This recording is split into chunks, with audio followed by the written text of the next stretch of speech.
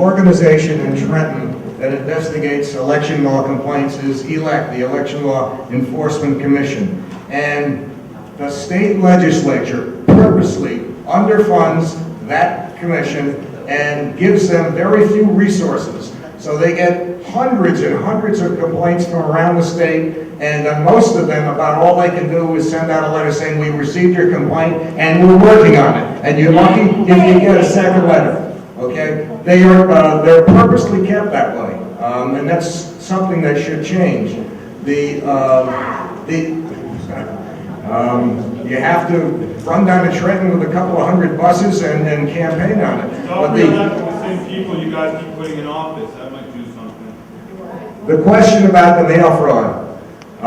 We have yet to receive a response from the State Attorney General's office or the U.S. Attorney General's office. We're following up on it, but again, they say they're busy. Not to us, they don't say that. They say it to the press, they're just overloaded. But we'll follow it up.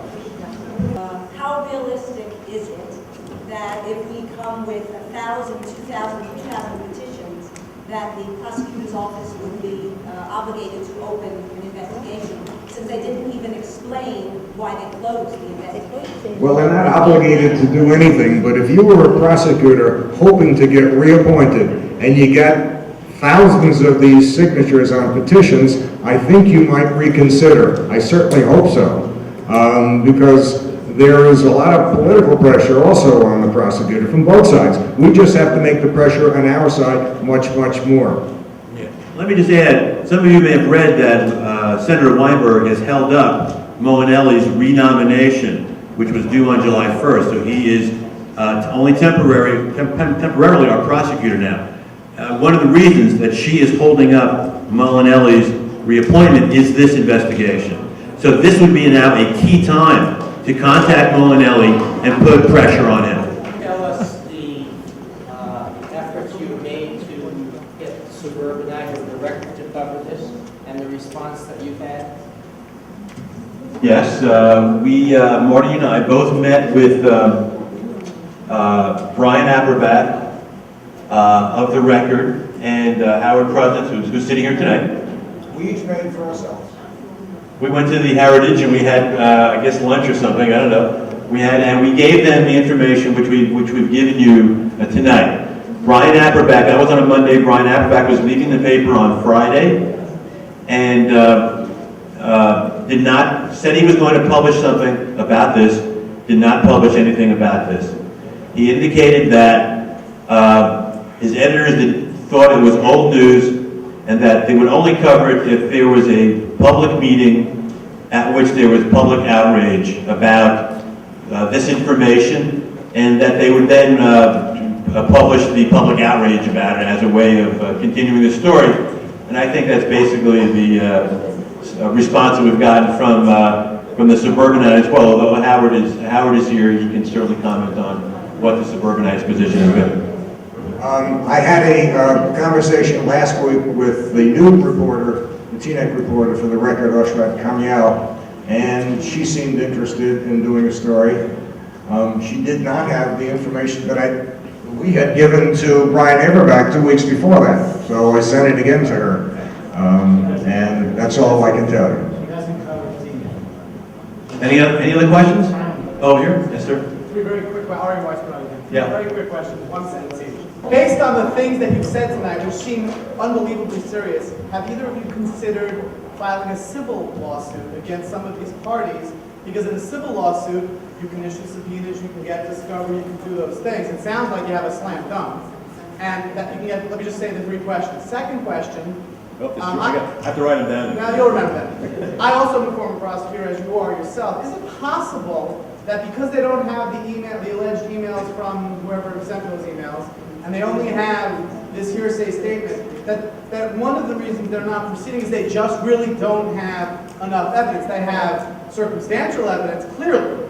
They have a good suspicion, clearly, but maybe the standard of prosecution is such that they need something a little bit more than an email that doesn't exist, and just one guy saying what happened. And then my third question, which is for Mr. Kramer, is when you say, and I wrote it down for that you believe you can't prove it, that Mr. Malinelli has a cozy relation, there's a cozy relationship between the prosecutor's office and Mr. Ferriero, which is affecting Mr. Malinelli's judgment.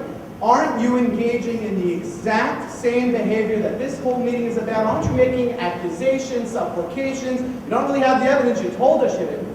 Aren't you just going around assassinating people's characters without firm evidence? Aren't you a bit of a hypocrite? We brought much more information to the prosecutor than they even investigated. Ron and I spent a long time with them. We gave them lots of documents.